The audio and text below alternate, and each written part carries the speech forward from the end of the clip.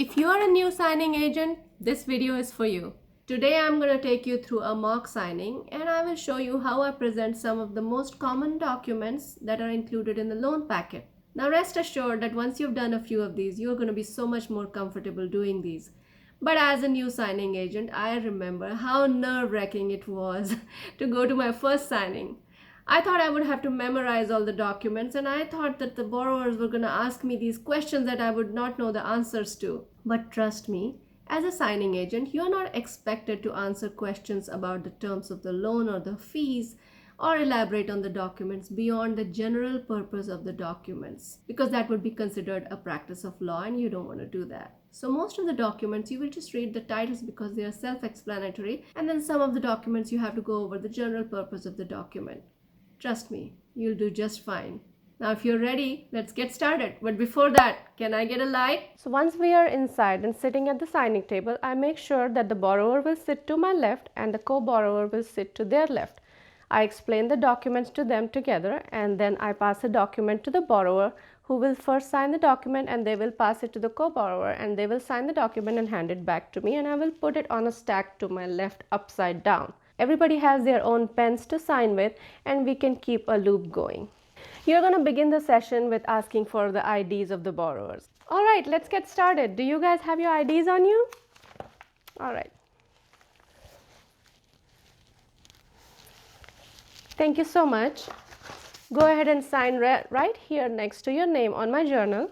Make sure that you sign your name exactly like it's written. Okay, ready? We're going to start with your closing disclosure. As you can see here, this is your loan amount, this is your interest rate, this is your monthly principal and interest payment, those are your estimated taxes and insurance, and those two numbers together make up your total monthly payment, which you can see right there.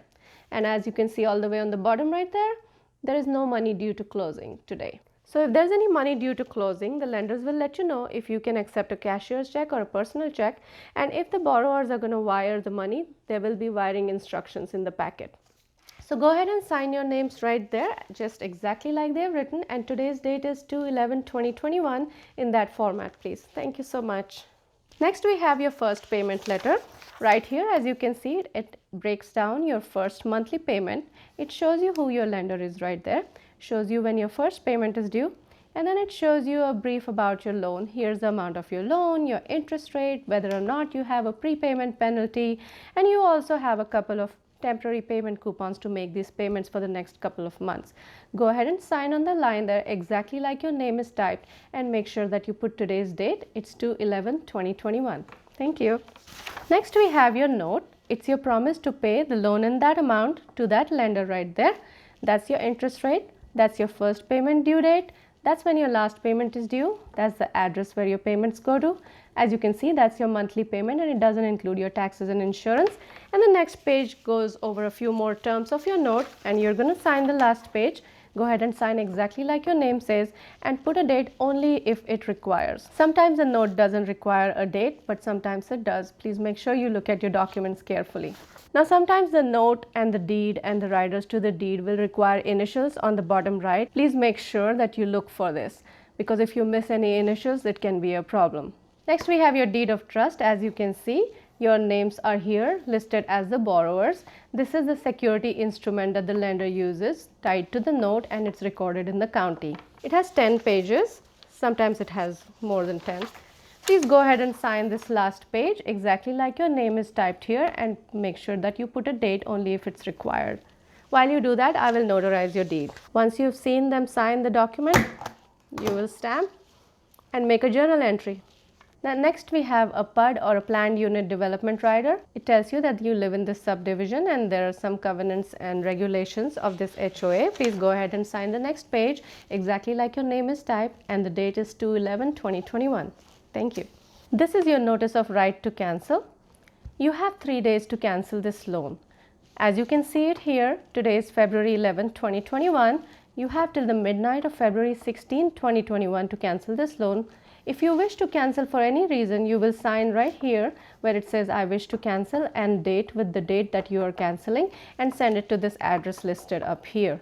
But today you are only acknowledging that you received this notice. You're not going to sign up here. You will sign all the way to the bottom there, and the date today is 2/11/2021. There are a few copies of this document that you must sign. You also have copies of this in your own packet that I brought for you. This is an affidavit of occupancy. As you can see here, this is your primary residence and that you're refinancing this loan. Please go ahead and sign where it says your names exactly like your name is typed and the date is 2/11/2021. While they are doing that, you notarize this document, and as soon as you see them sign it, you stamp it and then you make a journal entry.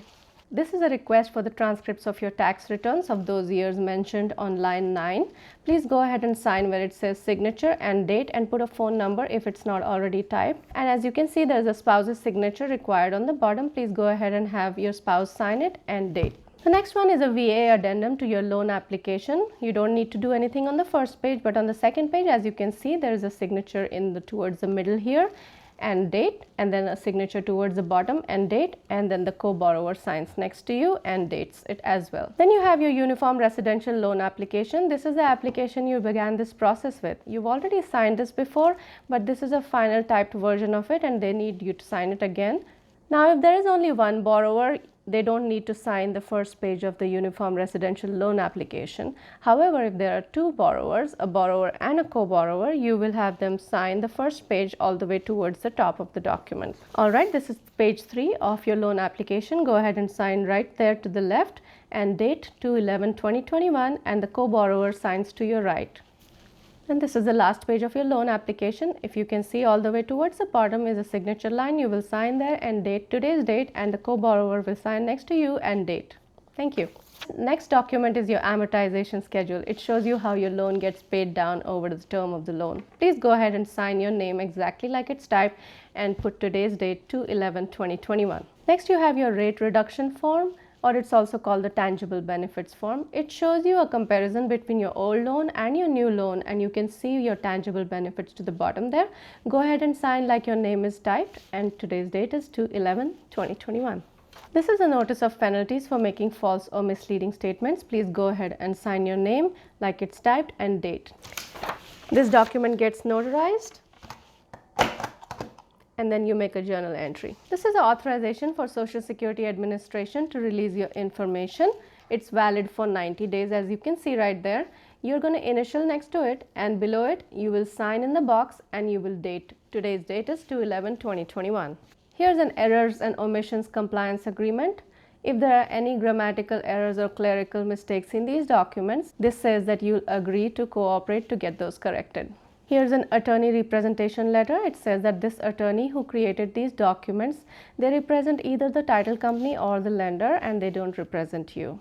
Please go ahead and sign your name and date, today's date. Here's your W-9 for tax purposes. Make sure your information and your social security number is correct on here, and then go ahead and sign and date towards the middle of the document. Then you have a renewal and extension rider. This acts as a bridge between your old deed documents and the new deed documents that we signed today. Go ahead and sign and date. Please make sure you like, because this helps the YouTube algorithm present this video to more people who might find this helpful. This next document is your signature and name affidavit. It states any AKAs that you may have had. If you agree with them, then you can leave them alone, but if you don't agree with one of those, you are just going to put a strike through it and you're going to initial next to it, and then you will sign all the way to the bottom and date. And this document gets notarized and entered into your journal. Hit like.